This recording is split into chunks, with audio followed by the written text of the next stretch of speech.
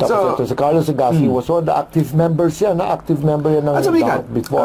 talagang pinahalagahan ng kanyang kasikatan ng ABS-CBN ng mga panahon na yon. Oo, pero nakakalungkot din as time went by, alam mo, ang buhay realistically parang gulong. Oo, parang may parang napaka-ungrateful at times Kasi, siyempre, naalala ni Carlos Agassi, he was asked, tinanong naman siya. Panoorin natin, Tanay. Panoorin natin. Hi Carlos, nakikita pa ba kayo ng mga dati mong kagrupo na The Hunks? Guys, kaya nga nabuwag kasi gusto ng kanya-kanyang career ng iba. Kasi pag group, pantay-pantay kami sa lahat Sa exposure, sa TF, sa career. So para makangat yung iba, parang nabuwag, ganun na nga yung nangyari. And then wala na talaga. Kahit napilayan ako, wala nag-check sa akin. Pero hindi masama yun, okay lang, ganun talaga ang buhay Naalala ko nga, nasa States ako, may magko-concert, babayaran raw nila ako para mag-kiss. Sabi ko, hindi. Brother kita, kuya ko kayo lahat, ako pinakabata. Tara, walang bayad. I'll do it for you, my bro. So, ginawa ko. Tapos ito na, nung gumawa ko ng milk tea, marami akong message para lumabas sa music video. Scene. Tapos nakita-kita kami ng number din ni Mr. N. Siyempre, showbiz, hi guys! Pinati pa nila ako lahat. Siya unang bumati. Sabi ni Sharita, ibang-iba talaga sa showbiz at real life. Ganun talaga ang buhay, guys. Pero hindi masama yun. Ganun talaga That's life. Di ba? Kung baga makakakompetensya kami, ayaw nila makabalik ako. So tama kayo, mali ako. Walang hatred, that's just love. I'm not your dog.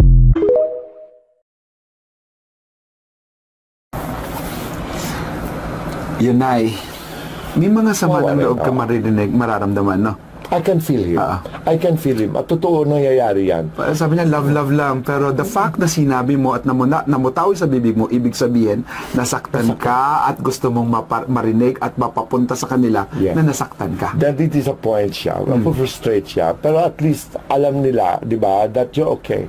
Kumbaga, okay lang sa'yo. Pero syempre, sana guilty naman yung mga yun. Alam mo mga yun, may maiba dyan kasi. Pero na kay Carlos Agassi, kapag hindi ka nasikat, tanggapin na ng katotohanan, wala ka na.